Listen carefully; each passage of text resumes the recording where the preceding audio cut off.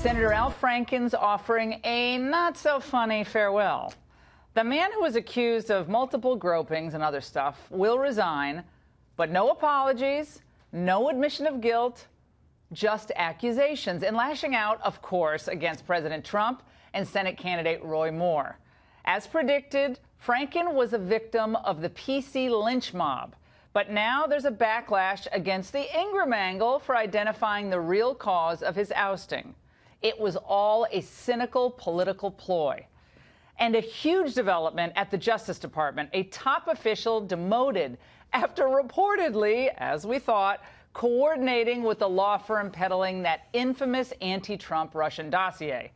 But we begin with the fall of the liberal icon comedian Al Franken and the Me Too pandemic. That's the focus of tonight's angle. Look, Franken really had no choice after most of his Democratic colleagues in the Senate called on him to quit. But listen closely to his statement today. Some of the allegations against me are simply not true. Others I remember very differently. Think about that for a moment. He's basically calling members of that Me Too movement liars. But he's unwilling to fight for his reputation. I happen to think this is a bad decision, and I pretty much don't agree with him on anything. And why did his fellow Democrats turn on him so fast and so furiously? As we explained in the angle last night, the Dems did not suddenly become beacons of morality, wagging their fingers at everyone else because they're on the moral high ground. This was a crass political ploy. Democrats dumping Franken overboard because now that they can claim, hey, the moral high ground for 2018 and pursue allegations against Donald Trump and Roy Moore. There's no due process. If you're accused and you're a man, you're accused, you're done. This is Venezuela, Cuba. This is every third world banana republic. Let's not have due process. Let's not ask anybody any questions. Let's not have any chance to have a hearing. Let's just lynch him.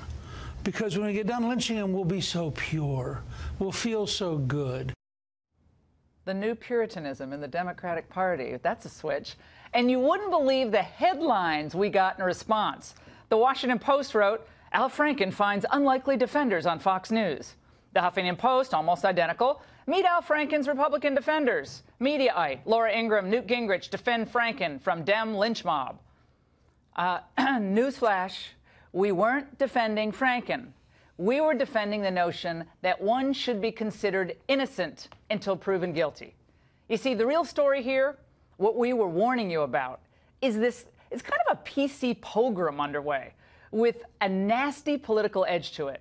They're dropping like flies now. Former Democratic Congressman Harold Ford Jr. He was fired today by Morgan Stanley for allegedly several years ago grabbing a woman. He was trying to take her out to drinks a couple of times, I guess. She didn't like that. And now he's vowing to sue the woman and Morgan Stanley in response, that it never happened.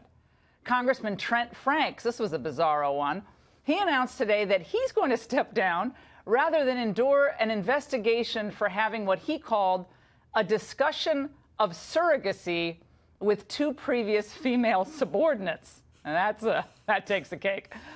Now, look, we need to be careful here.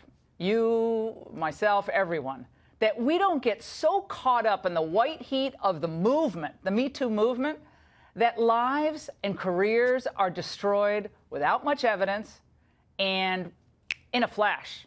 And look, there are credible allegations out there. There are creeps that need to be shown the door, no doubt about it.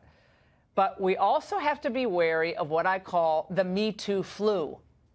The gender opportunists who come out of the woodwork with allegations many, many years later because it serves a political or a personal end.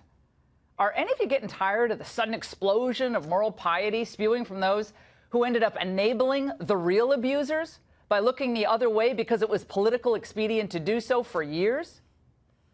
Me too. And that's the angle.